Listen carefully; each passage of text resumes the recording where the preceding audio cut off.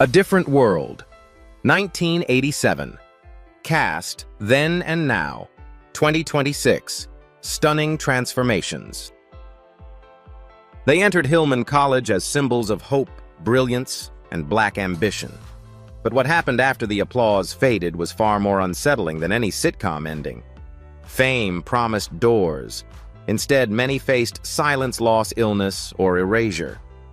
By 2026, the cast of A Different World tells a story Hollywood never advertised survival without guarantees. This isn't nostalgia, it's a reckoning.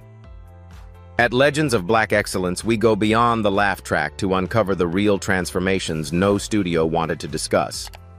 Watch closely, question boldly, and subscribe, because these stories deserve more than memory. Lisa Bonet. Lisa Bonet entered American living rooms in 1987, not as a typical sitcom daughter, but as a quiet disruptor. At just 19, she portrayed Denise Huxtable on A Different World with an authenticity that felt unscripted. Loose clothing, curious eyes, and a refusal to shrink herself for approval. Denise wasn't loud yet. She challenged expectations simply by existing on her own terms. That subtle resistance resonated deeply with black audiences, especially young women who rarely saw freedom portrayed without punishment on network television. Behind the scenes, however, Bonet's independence collided with an industry built on control. As the show's popularity grew, tensions emerged over image authorship and autonomy. Her decision to pose nude for Interview magazine in 1988, while pregnant and newly married to musician Lenny Kravitz, triggered a media frenzy that reframed her as difficult rather than daring. Studios quietly withdrew. Roles slowed. The narrative shifted from promise to problem, a familiar pattern for women who refuse compliance. Was Lisa Bonet punished for her choices or for making them without permission? The 1990s became a period of withdrawal rather than ascent. While peers chased visibility, Bonet chose distance. A brief return in High Fidelity 2000 reminded audiences of her magnetic restraint, yet she never pursued the comeback machine. Instead, she stepped into a life shaped by motherhood, spiritual exploration, and privacy luxuries rarely afforded to former stars. Hollywood's silence around her wasn't accidental, but Bonet transformed absence into authorship, refusing to beg for relevance in a system that demanded compromise. By the 2010s, a quiet reevaluation began. Younger generations, disillusioned with overexposure, rediscovered her as a blueprint rather than a cautionary tale. Her appearances became events precisely because they were rare. Style critics praised her ageless presence, but the deeper fascination lay elsewhere. Bonet had survived fame without letting it hollow her out. In an era obsessed with reinvention, she never pretended to be anyone else. In 2026, at 59, Lisa Bonet is not a headline chaser nor a nostalgia act. She lives largely out of public view, granting interviews sparingly and choosing projects selectively. There are no scandal-driven returns, no confessional tours, no desperate rebrands. What remains is something rarer: integrity preserved over decades. Her transformation is not cosmetic or dramatic, it is philosophical. She represents a different kind of success, measured not by longevity on screen, but by coherence of self. Lisa Bonet's journey reframes the meaning of then and now. The girl who once unsettled television by being quietly free has grown into a woman who defines freedom as discretion. In a culture that equates visibility with worth, her legacy asks a harder question. What if stepping away is not failure, but victory? Jasmine Guy. Jasmine Guy stepped onto A Different World in 1987, carrying more than a Southern accent and designer pearls. At 25, she transformed Whitley Gilbert from a comic stereotype into one of the most layered black women ever written for network television. Whitley's journey from sheltered privilege to intellectual independence mirrored the aspirations of a generation navigating education, class, and identity. Guy's precision timing and emotional range earned her 6 consecutive NAACP Image Awards, a rare feat that confirmed her as a defining talent of late 1980s television. Yet while Whitley flourished on screen, Guy's off-camera life grew increasingly complex. Trained in dance and theater, she balanced television fame with stage work, including Broadway and national tours, determined not to be boxed into a single medium. That ambition came at a cost. A high-profile marriage ended in divorce during the peak of her visibility, coinciding with the close of a different world. As the spotlight dimmed, new responsibilities filled the space, most notably becoming the primary caregiver for her mother during a long battle with Alzheimer's disease. The emotional weight of caretaking quietly reshaped her priorities and energy. The transition into the 1990s and early 2000s was not gentle. Hollywood's appetite shifted, and roles for mature black women narrowed sharply. Guy faced periods of underemployment, financial pressure, and physical exhaustion that rarely make headlines. Friends recall a performer juggling auditions with hospital visits, rehearsals with paperwork, art with obligation. Rather than chasing visibility, she diversified. Voice work, guest television roles, independent films, teaching and community theater became anchors. She also returned to her first love dance, using movement as both expression and healing. Public appearances revealed a woman slimmer and more reserved than Whitley's flamboyant past, yet grounded by experience. The glamour remained, but it was tempered by realism shaped by years of responsibility that Hollywood rarely acknowledges. By the 2010s, a reassessment emerged. Audiences who grew up with Whitley now recognized the labor behind the legacy. Guy's memoir and speaking engagements reframed her story around endurance, artistry, and care. She wasn't a star who vanished. She was a working artist who adapted. In a business that often rewards noise, her steadiness became its own statement. In 2026, at 64, Jasmine Guy stands as a testament to longevity without spectacle. She remains active, selectively choosing projects aligned with purpose rather than profile. Her elegance is quieter now, but it carries the authority of someone who endured the long middle chapters most famed narratives skip. The transformation that matters isn't age or appearance. It's the evolution from ingenue to caretaker to elder artist. Jasmine Guy's story challenges easy nostalgia. Then, she embodied possibility. Now she represents perseverance. And in that arc lies a deeper truth. For her generation, success is not only about being seen, it's about staying whole when the cameras turn away. Kadeem Hardison. Kadeem Hardison arrived on television screens in 1987 with a presence that felt quietly revolutionary. At just 22, his portrayal of Dwayne Wayne on A Different World introduced a version of black masculinity rarely centered in prime-time, intelligent without arrogance, confident without cruelty, ambitious without apology. With his flip-up glasses and measured cadence, Dwayne became an emblem of possibility for young black men who saw education not as assimilation, but as empowerment. Hardison didn't just play the role, he redefined what a leading man could look like. As the series matured, so did his performance. Dwayne's evolution from awkward freshman to devoted partner and accomplished engineer mirrored the hopes of a generation navigating college love and systemic barriers. Hardison's chemistry with the cast anchored the show's emotional core, earning him both critical respect and cultural permanence. Yet when A Different World concluded in 1993, the industry that once embraced him shifted abruptly. The demand for loud archetypes and action-driven roles left little room for his understated intensity. The mid-1990s offered flashes rather than momentum. Appearances in films like Vampire in Brooklyn 1995 and Drive 1997 showcased range but not sustainability. At the same time, his marriage to singer Shantae Moore faced strain under competing careers and public attention, eventually ending in divorce. The convergence of personal change and professional uncertainty marked a turning point. When the spotlight moves on, does talent fade, or does the system simply stop looking? By the early 2000s, Hardison experienced what many former TV stars quietly endure: long gaps between opportunities, financial recalibration, and the psychological weight of being remembered more than requested. Rather than chase trends or manufacture reinvention, he chose redirection. Guest roles, independent projects, and television appearances kept him working, but more importantly, he began exploring life behind the camera. Directing and mentoring offered a renewed sense of authorship that acting alone no longer provided.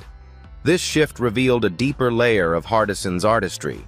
Those who worked with him described patience, clarity, and a desire to cultivate others rather than compete for relevance.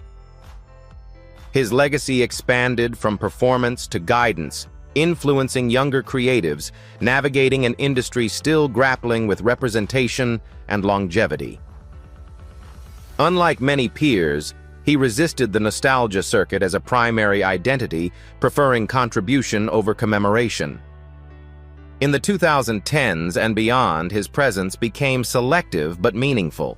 Television audiences welcomed familiar guest appearances, while emerging talent benefited from his experience and steadiness. There was no dramatic comeback, no viral reinvention, only continuity. By refusing spectacle, Hardison preserved credibility. His choices suggested confidence not rooted in applause, but in alignment with personal values. In 2026, at 61, Kadeem Hardison lives a grounded, intentional life. Fame no longer dictates his schedule. Purpose does. He remains respected for what he represented on screen and admired for how he navigated what came after. His transformation is not one of loss, but of recalibration, proof that success can evolve without collapsing. Then he modeled intellect as cool. Now he embodies wisdom as restraint. In a culture obsessed with resurgence, Hardison's journey offers a quieter lesson. Sometimes the most powerful move forward is stepping slightly to the side and building something that lasts. Darrell M. Bell. Darrell M. Bell entered a different world in 1987 as Ron Johnson with a swagger that felt instantly familiar. At 24, Bell embodied the smooth-talking, confident college student whose humor masked deeper insecurities. Ron was not the intellectual idealist or the polished elitist he was, the hustler, the charmer, the survivor. For many viewers, especially black men of that era, Ron represented a realism rarely shown on television. Ambition shaped as much by instinct as by opportunity. Bell's comedic timing and natural warmth quickly made Ron a fan favorite.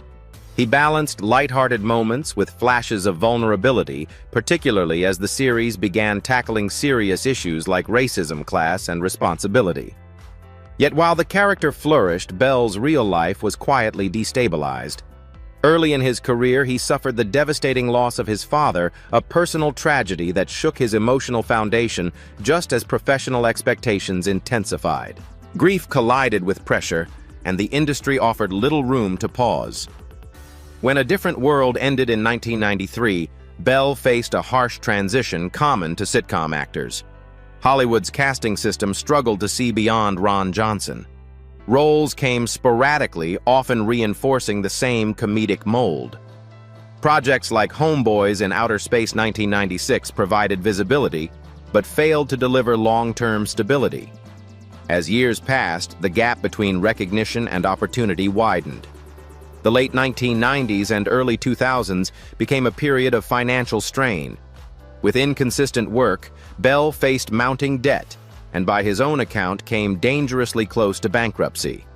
Unlike sensationalized celebrity downfalls, his struggle unfolded largely out of public view. To stay afloat, he diversified, accepting small acting gigs, voice work, hosting duties, and reality-based projects that kept him connected to the business without restoring its former security. Survival replaced stardom as the primary goal.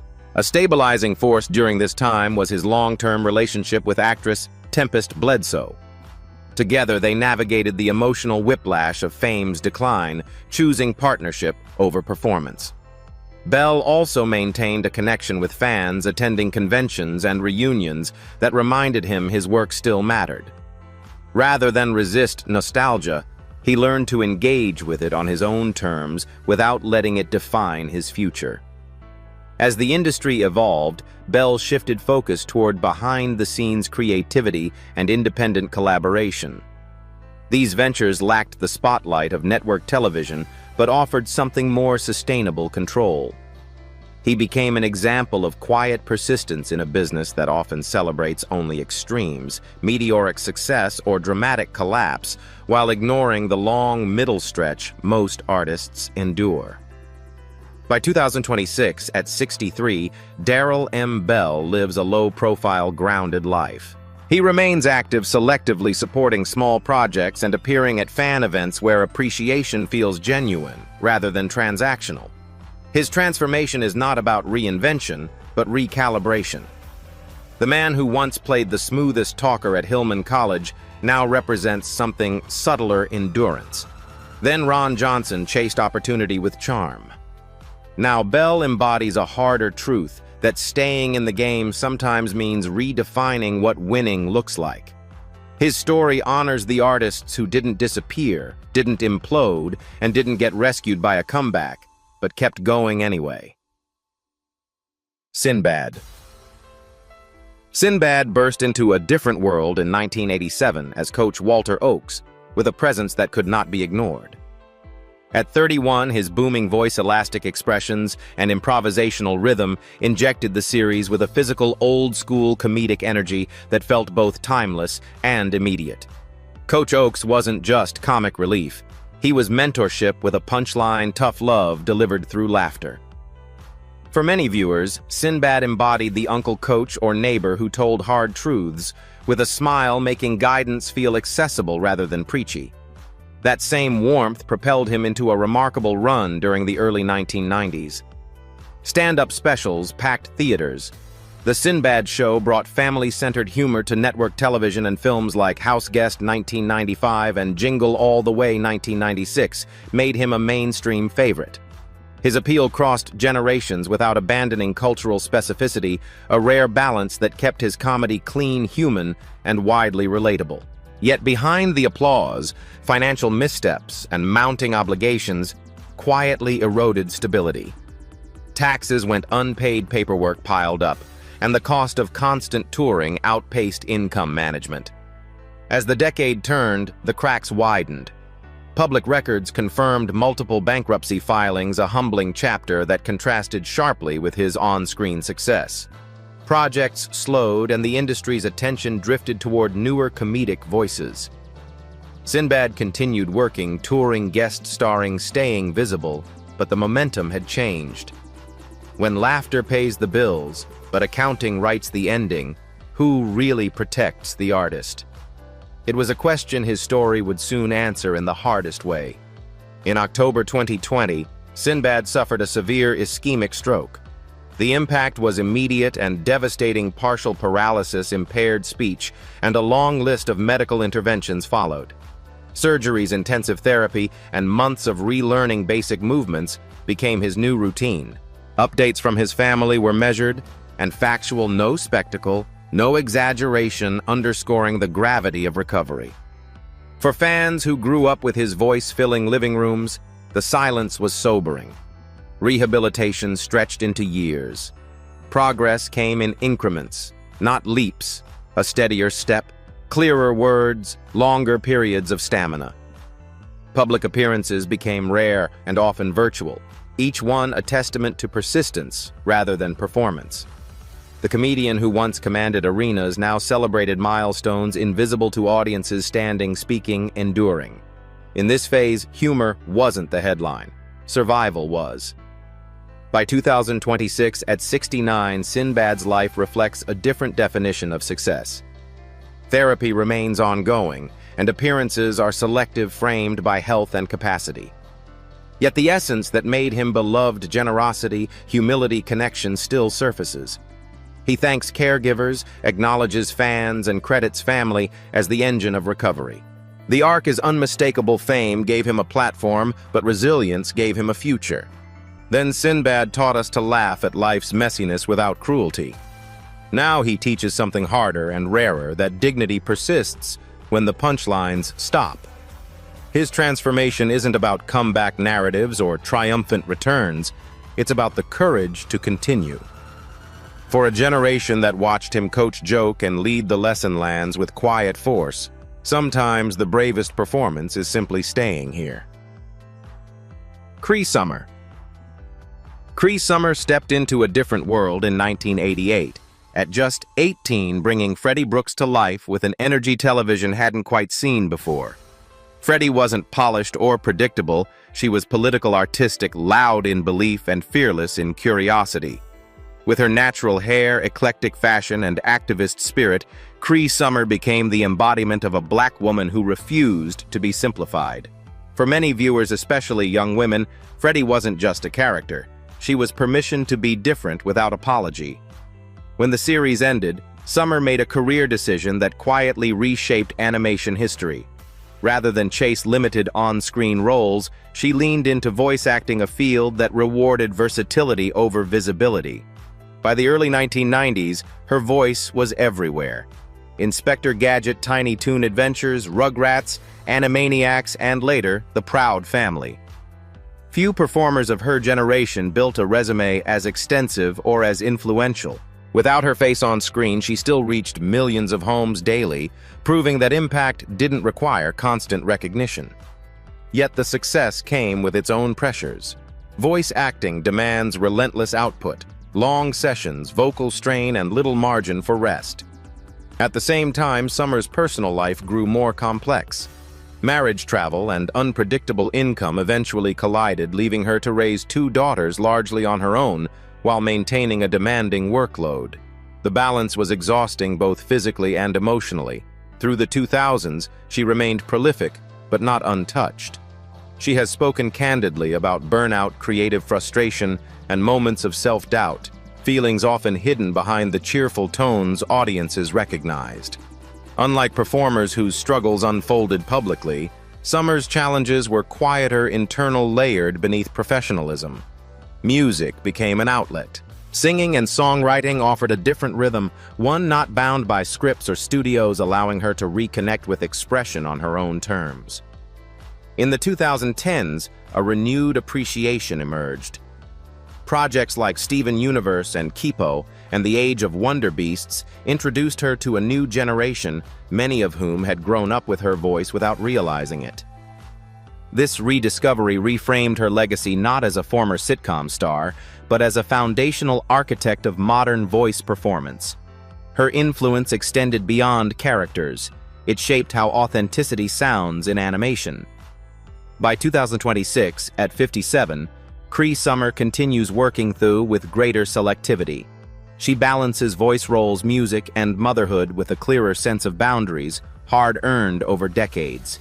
The wild curls may have softened, but the core remains unchanged: independence, creativity, and conviction. Her transformation isn't about reinvention, it's about sustainability. Then Freddie Brooks challenged norms loudly. Now Cree Summer does something just as radical. She endures without erasure. In an industry that often burns talent fast and forgets it faster, her journey stands as proof that longevity can be revolutionary. She didn't just survive a different world, she expanded it, carrying its spirit into every voice she gave the world. Dawn and Lewis.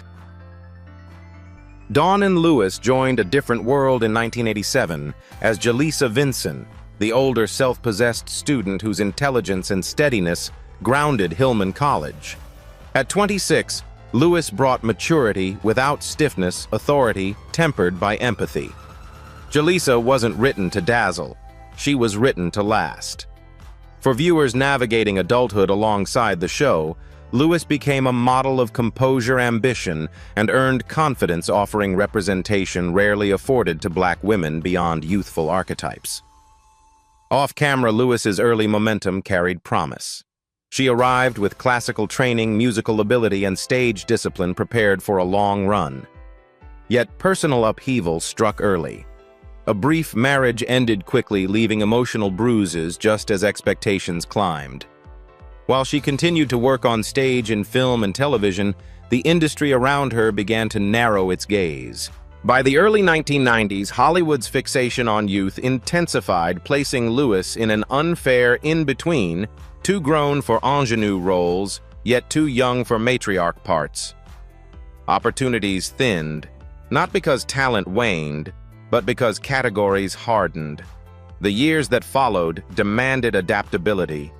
Lewis expanded into voice acting and music areas where craft could outrun appearance.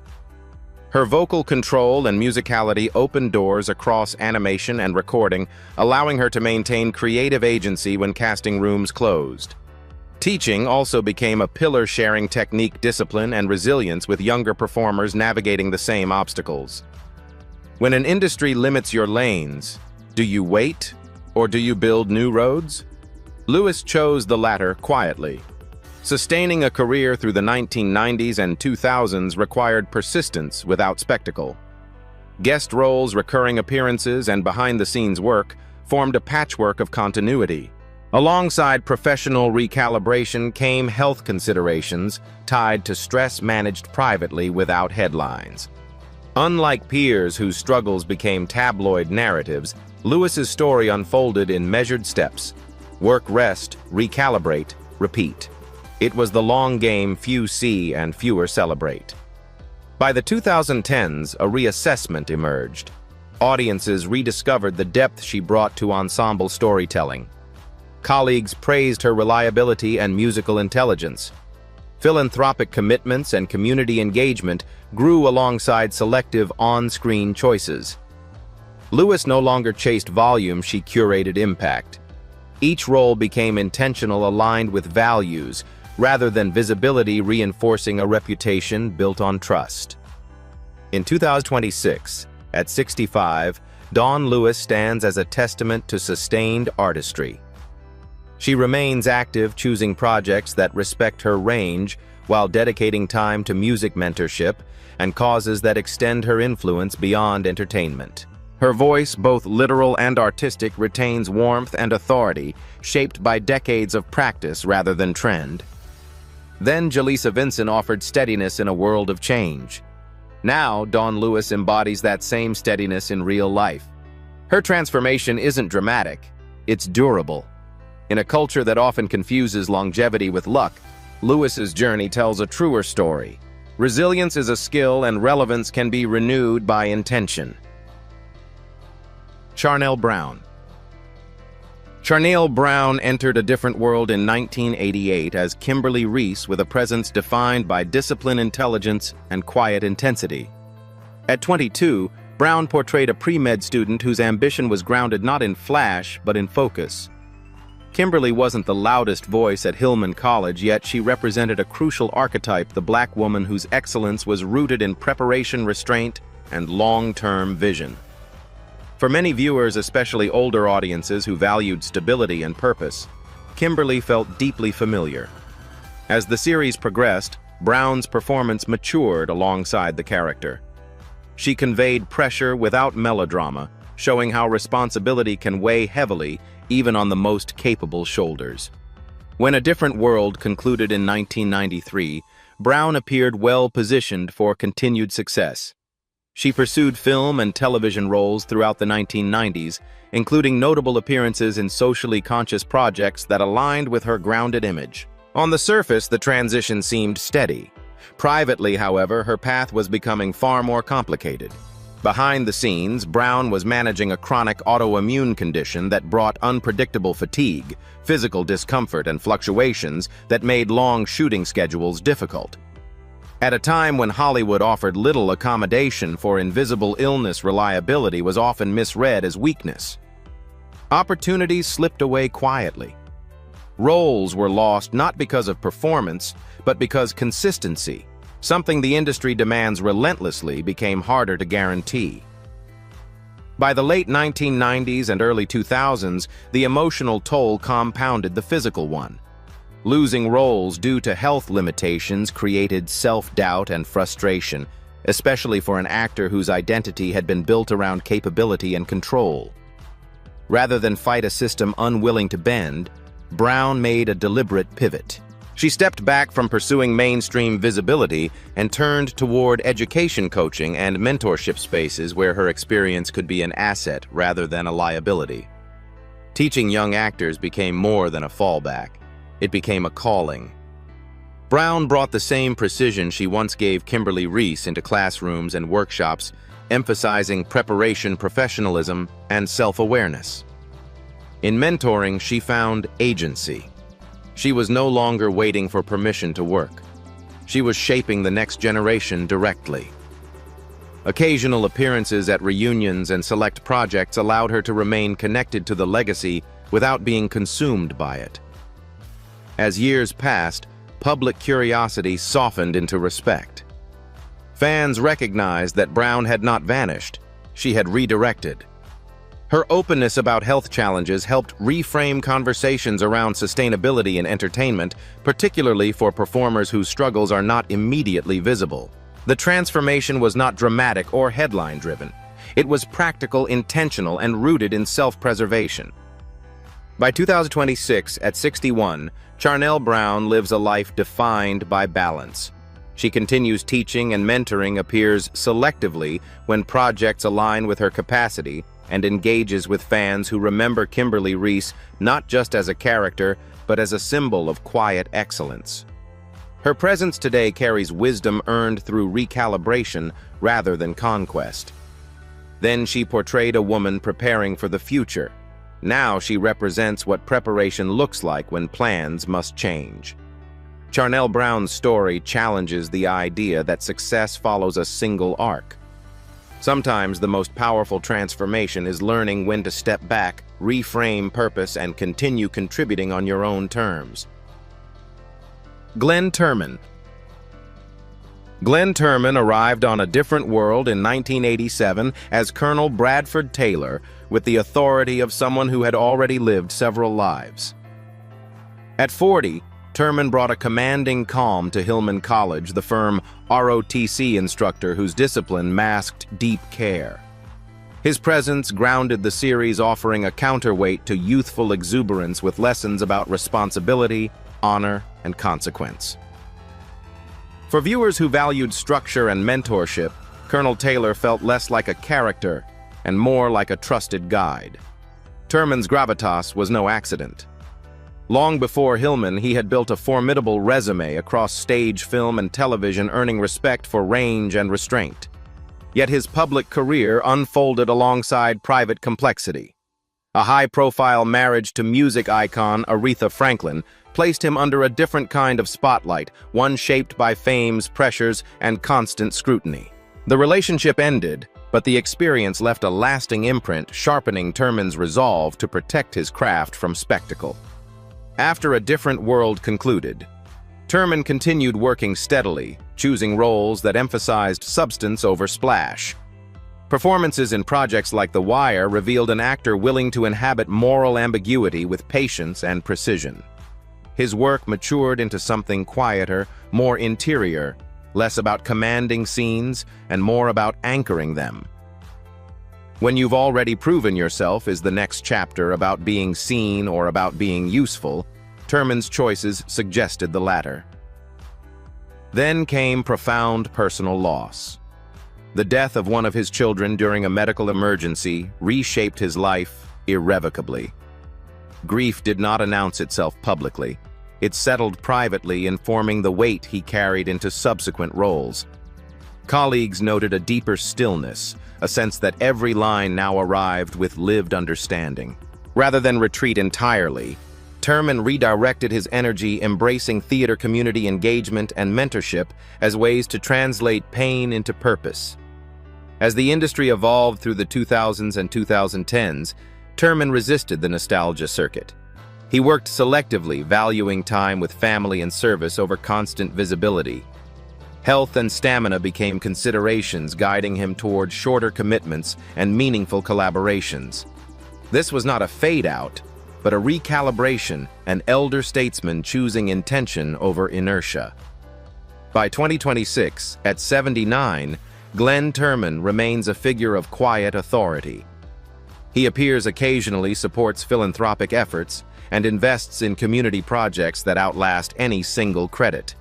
The lines on his face tell stories of endurance rather than decline. For audiences who grew up watching him model discipline on screen, his real-life arc offers a parallel lesson: leadership deepens when ego recedes. Then, Colonel Taylor taught students how to stand straight and think clearly. Now, Turman exemplifies what it means to stand firm through loss, change, and time. His transformation isn't measured by reinvention or revival. It's measured by continuity of values, of craft, of dignity. In an industry that often celebrates noise, Glenn Turman's legacy reminds us that steadiness can be the most powerful performance of all. A Different World was never just a sitcom, it was a mirror. And by 2026, the cast's journeys reveal what fame truly costs Black excellence. Some chose privacy over power. Others endured illness loss or financial collapse, and a few quietly rebuilt outside the spotlight. Their transformations aren't about looking older. They're about surviving systems that rarely protect Black talent long-term. At Legends of Black Excellence, we ask a harder question. Did these artists fade because they failed, or because Hollywood moved on once their purpose was served? And if legacy outlives visibility, who really won in the end?